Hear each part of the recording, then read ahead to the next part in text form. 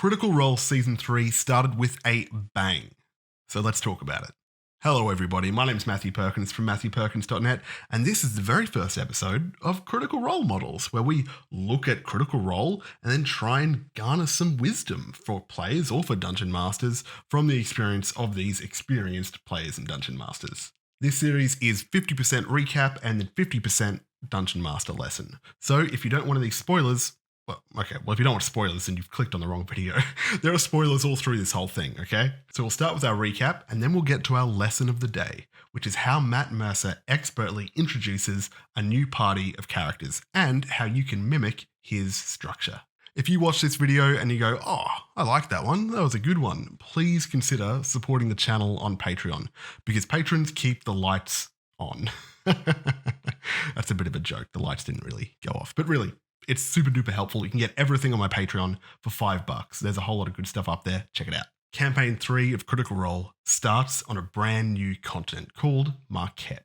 So this place is very much an Arabian Nights style place. Well, that's how I feel about it. It's got lots of deserts, lots of mountains. Our heroes start in a city named Dusar. Dusar is a city built in and around 5 spires that shoot out of the ground above a kind of jungle area. Dusar is a pretty complicated place structurally, right?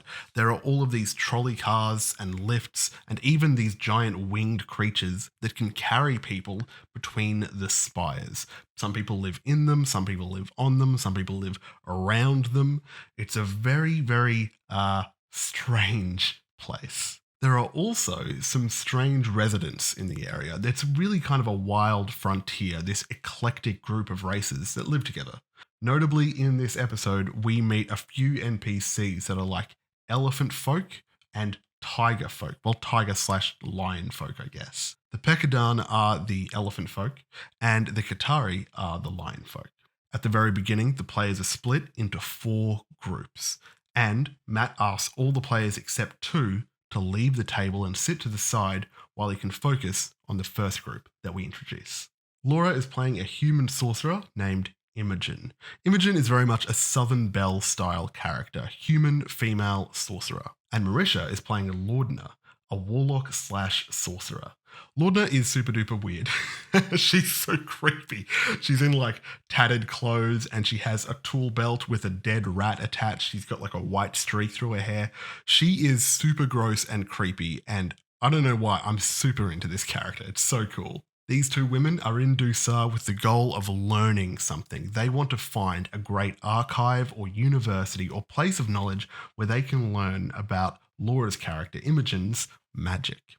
So to do this, they've already been turned away by the biggest university in the area, which is the Ascension's Rise University, but they've got another lead. You see, a week earlier, these 2 petitioned the Starpoint Conservatory for access to their great archives. So they ride a cable car between the spires to get to the Starpoint Conservatory, and once inside, they meet a woman named Kuntha, and she gives Laura's character Imogen a written reply to their petition to access the conservatory, and it is a big fat no.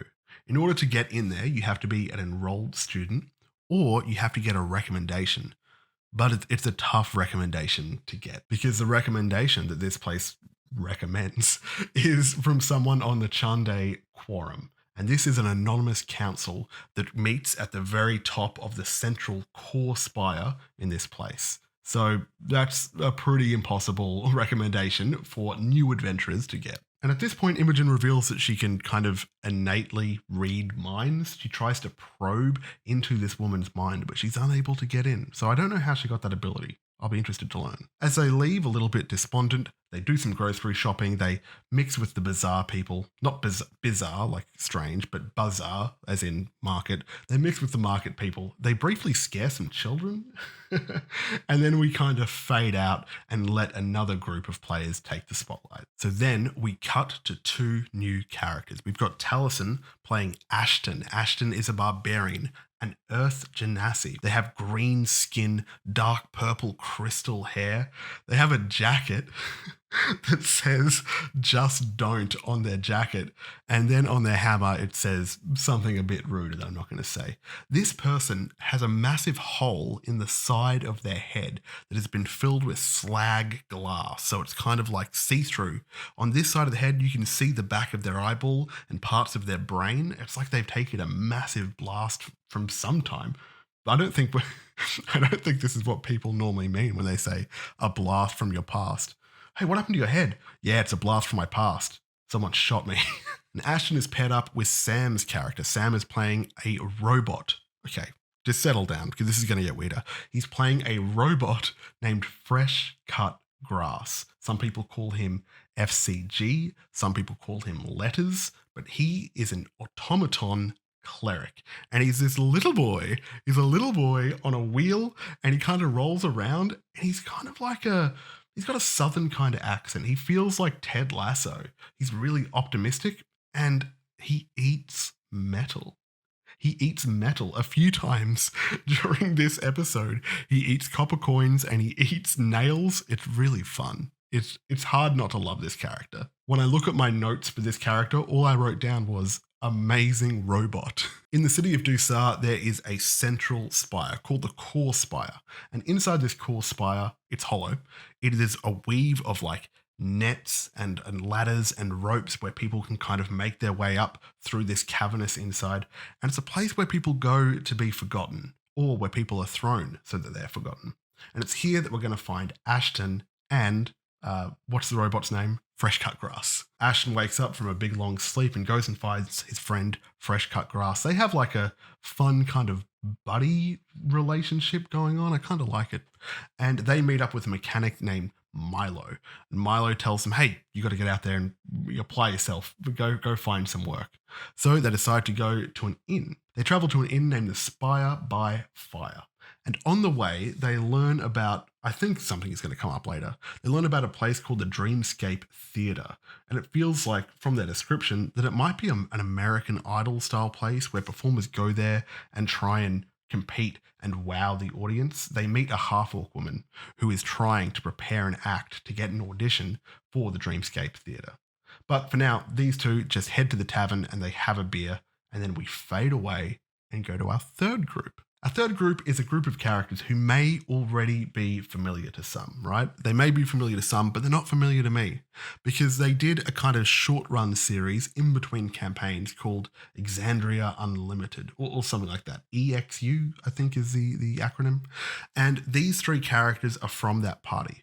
So we have Liam playing Aurum, and Aurum is a halfling fighter. This person seems like they are the leader of this little band, and they seem like a very responsible person. Then we have Ashley, who's playing Fern. Fern is a faun, which is kind of like a satyr, I guess, a fae-style creature with, I think, hoofed feet. If my mythology is correct, it might not be. But this is a druid character, and they have a monkey companion who gets mentioned, but then never comes up again in the rest of the episode. So maybe I misheard. Maybe they don't have a monkey companion. Am I wrong? Then here's a new player, a player I've never seen before. And this seems like a main cast member to me. Robbie.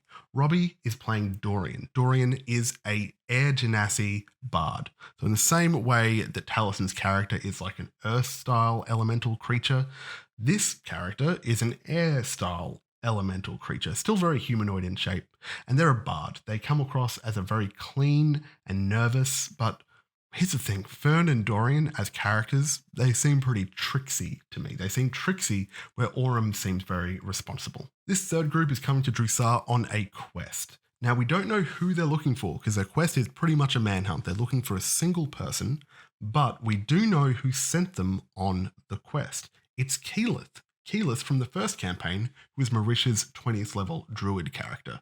So there's already kind of a tie in there, which I don't know how I feel about. We'll get to that later. So they arrive on an airship. They fly in as passengers on this commercial airship and they land at the Airy Spire. There's a nice character moment here where Dorian is the kind of person that applauds when a plane lands, which I think is kind of cute. When they're catching a cable car away from the Airy Spire, they're on there with one of these elephant people. And Ashley's character, Fern, actually pickpockets them for seemingly no reason and steals their holy symbol, which is a massive earring. I don't know why she did that, but it seems like Ashley's character's Fern is going to be the kind of character that has to be managed, senseless risks. Gotta love it. Also of note with this group, Robbie rolls the very first natural 20 of the campaign. Yeah, he rolls a really good history check, and they work out the kind of direction that they need to go if they want to find the information they're looking for. So they start heading towards the same district that all the other characters are heading. Oh, isn't that a coinky dink? Now, you may notice I said there were 4 groups. I said we split the players into 4 groups, but we've only done 3. Well, check this out. So we cut back to Laura and Marisha, the two women, and they are heading back towards the place where they're staying. And then there's this cart that rolls by and it explodes with a blue arcane boom that shakes the ground. And then there's all this scattered debris and this stuff starts to happen to the debris. Like there's a fork over here, there's a rug over here, there's a table, there's a sword. And they all start to kind of ambulate. They become ambulant. They start to move around as if they've been brought to life, and they're kind of floating and moving in all different directions like they're going to start hacking people up. And this happens at the exact moment that group 3 arrives, group 1 arrives, and group 2 arrives, and they all kind of converge coming from different directions. Maybe 2 of them are coming out of the pub, 2 of them are heading into the pub, and 2 of them are walking past or whatever. And suddenly we've got combat where everybody just happens to be here. I'm not going to recap the whole combat here because combat is a little bit boring, but 2 interesting things happen in combat. One is that Matt breaks Sam's mini immediately. They use it for the first time and Matt breaks it. And the second thing is that Travis's character joins halfway through. Because Travis is playing a human fighter, an old man named Sir Bertrand Bell, a level 5 fighter. And what's interesting about this character is he was introduced in some of the one-shots that they did, like in between campaigns, the search for Grog and the search for Bob. And he's kind of like a bumbling braggart who doesn't have a lot of capabilities, but he's like a fun buffoon. But the interesting thing here is that he's a level 5 fighter where every other character is level 3. Isn't that suspicious? So this character, Sir Bertrand Bell, joins the combat and they put down all the floaty, flyy enemies. They don't really investigate a whole lot, so we don't know exactly what happened or why with this stuff. But Travis's character, Sir Bertrand Bell, is very impressed with this group of strangers and their capabilities. And he even offers to them, he says, hey, I've got this patron of mine, Lord Esteros, and wait, Esteros? Esteros. I think it's Esteros. He says, I work with this Lord Esteros, and you would all be really suited to working for him as well. He's always looking for capable adventurers, and I could introduce you to him because I'm such a big deal. Why don't we get to know each other in this pub and we'll meet and talk and have a sleep, and then we'll go meet him. So the party sits down at a table and they've never really had a chance to all meet each other. They've all been in their own individual little groups, but now they get a chance to ask each other questions and get to know each other, which is really nice. We learn a little bit of backstory here. Specifically about your favorite robot, Fresh Cut Grass, we learned that he was named by a former associate named Dancer. Dancer is the person that made him and some other automatons, and they were all named after her favorite smells, which I'm not going to list here because surprisingly, it got a little bit rude in the episode. It got a little bit risky. So his former group, I believe, including Dancer, allegedly, was killed in a silver mine while Fresh Cut Grass, was in a stasis mode. And he woke up and found them all dead.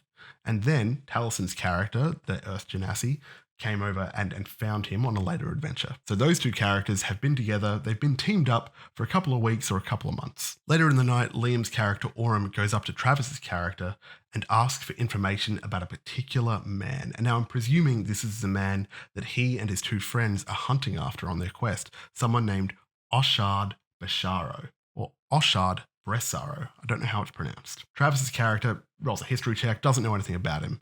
But then curiously, Liam asks about another character, kind of a strange character, someone named The Anger, which I wrote in all caps because I think The Anger is a name that you can only write in all caps. My suspicion here is that the first name he said, Oshard, that's the person they were sent there to try and find, right?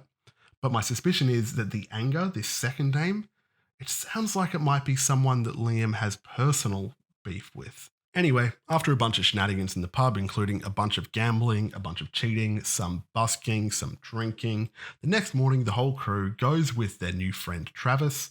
Travis is his name. His name's Lord Bertrand Bell. And they go there to meet his friend, Lord Esteros. With a little bit of investigation, we are warned about Lord Esteros. Someone says he's kind of strange. He's kind of a recluse. He has a wife, but he inherited the lordship 20 years ago, and he's an oddball. So they rock up to this manor, and Travis's character doesn't seem as well endeared to this whole manor or lord situation as he's led the party to believe. After a pretty cold conversation with Lord Esteros' waitstaff, the party is admitted to the manor, and then they're brought directly to him. And my dude, it is super ominous. It is super ominous in there. They get in there, the whole place is flickering with firelight, and there's a tall-backed chair so they can't see the person sitting in it. And Lord Esteros does not seem particularly friendly to Travis's character, like Travis's character would have had us believe. Lord Esteros even has the brutal line where he says, "It has been a moment before you stained my abode with your empty bravado." He says that to Travis's character. Not so friendly. When Lord Esteros turns around, he is a full-blooded orc, a very old man covered in battle scars, formidable even in his old age. He commands his waitstaff to leave, and after a brief conversation with the party, he inquires what they want from him, right? What they want from him. And Travis kind of speaks for the party and says, oh, they want money and reputation, which I guess is kind of what they want. Like the two girls, they want reputation so they can get into that archive. And I suppose the robot and the Earth Genasi, they want money because that's what they want. The last three, I'm not sure what they want. I think they're just kind of going along with it for the ride at this point. But what happens next is pretty wild. Lord Esteros wants to test them. He wants to test them. And to do that, we finish on a cliffhanger of him charging at them with a cane. And this one old dude is about to fight this new party. Wild. That's the recap segment. I wonder how I feel about this. Should we do a review segment? Let's do a review segment. I liked it. I thought it was a fun, fine episode. It was great. The one thing I didn't like about it was the whole EXU characters thing, because I don't have that wider context. You know, they're bringing in these new characters that I'm sure a lot of you that have seen that Exandria Unlimited series, you already have a relationship with these characters, but I had to kind of come in blind. And I think that sometimes the way that they were role-playing the characters, I think they might have expected us, just kind of implicitly, to know something about them. But those three characters that came over on that airship, I didn't know anything about. So now I've got to watch EXU to get a bunch of extra context. I don't know. Do you guys think it's worth it? Should I watch it? I'm not sure. I really want to know more about the anger, because that is a beautiful, beautiful name. And like I said before, the way it was asked, it seems like the anger, this character that Liam's character seems to be interested in, that's his main quarry. That's someone that he really cares about. The characters that stole the show for me, definitely Marisha, definitely Sam. Marisha got like a lot of flack in campaign 1 when she played Keyleth. And it was kind of undue. Like, I didn't like Keyleth either. But the amount of Keyleth hate was crazy. And then when she played Bo in season 2, I think people liked it a lot more. And now with this character, this strange, icky, gross sorcerer warlock, oh my God, I'm so into it. It's so cool. And she plays it really well, just so sublimely strange. But then also Sam's robot character, you gotta love it. You've got to love it. My hot prediction here, and I don't know how other people feel about this, let me know what you reckon. I don't think that Travis's character, Sir Bertrand Bell, I don't think Travis is going to be a main cast member. I think this Robbie fella, this new player that I don't know much about, I think he's coming in to kind of replace Travis. And my reasoning here is that Travis's character started at level 5, more like he was a player-controlled NPC, like a super NPC, someone given a bit more information about the session and the plot and a direction to kind of get the party orientated and onto the rails that Matt kind of wants to start them on. And then I get the feeling that once he serves his purpose, he's either going to die or just be retired, and maybe Travis will just come back every now and then to kind of do bit roles. But I don't think he's going to be in the main cast. I think they're doing a shake-up. What do you think? Let's get to the lesson. What are we going to learn from this episode of Critical Role? Well, this time I want to focus on our boy Matty M. I'm Matty P. He's Matty M. That's the thing he and I have. It's the thing between Matts. I want to focus on the Dungeon Master and look at the way he introduced these characters, because there was a real structure to it that I think both you and I can rob.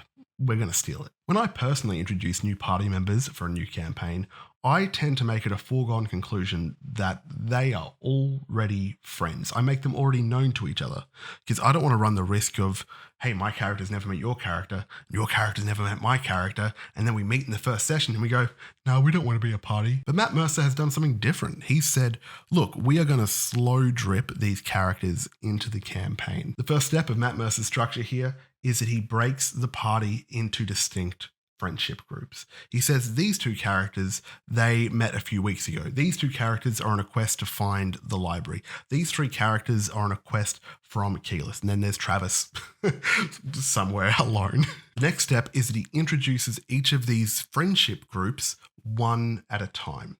And to do this, he gets the players to leave the table. So we say, look, it's just Marisha, it's just Laura, you two stay, everybody else, just take a back seat. But he doesn't get those other players to leave the room, right? He doesn't get them to leave the room. He gets them to sit away from the table just so they're not sharing the spotlight and we can really focus in on the two characters we're being introduced to. When Matt Mercer's doing these little character vignettes between these friendship groups, he is only focusing on two things. The first is allowing room for the players to introduce their characters, the way they look, the way they act, their relationship between each other in particular.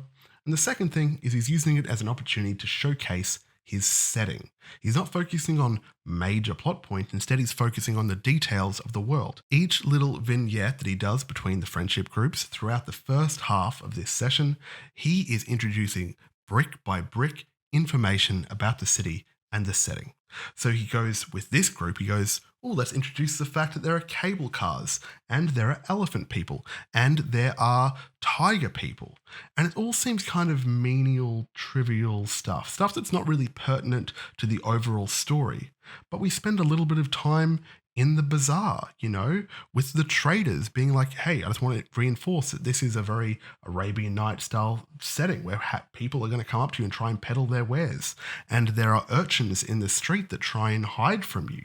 This is a bustling city, even though it's in a different shape. He just wants all the players to be comfortable with that setting before we all converge and get on with the plot. Because of course, the next step is that he has all of these individual vignettes converge at a single location. And it's at this location, when all the characters are there, that he has a catalyst event, something to kick everybody into gear.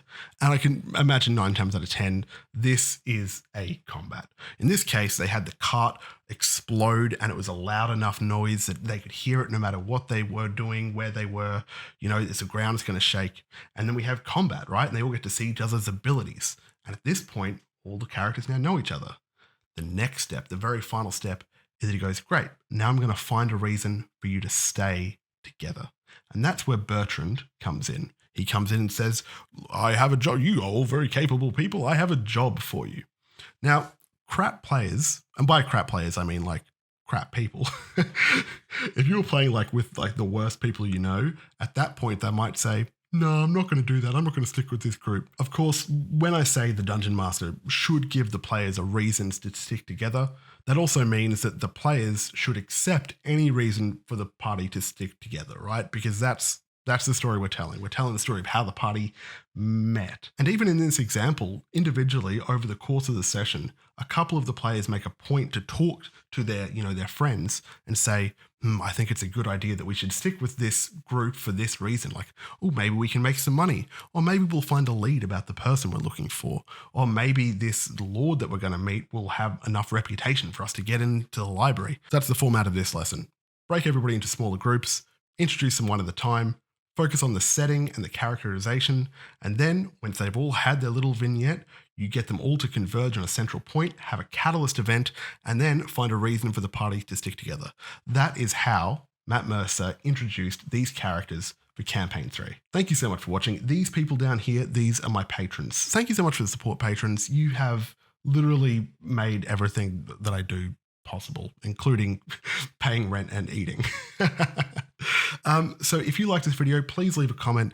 Please like it. Let me know. This is a brand new series, and I don't know what people are going to think of it. So give me some feedback. Let me know. What do you reckon? Critical role models. The end.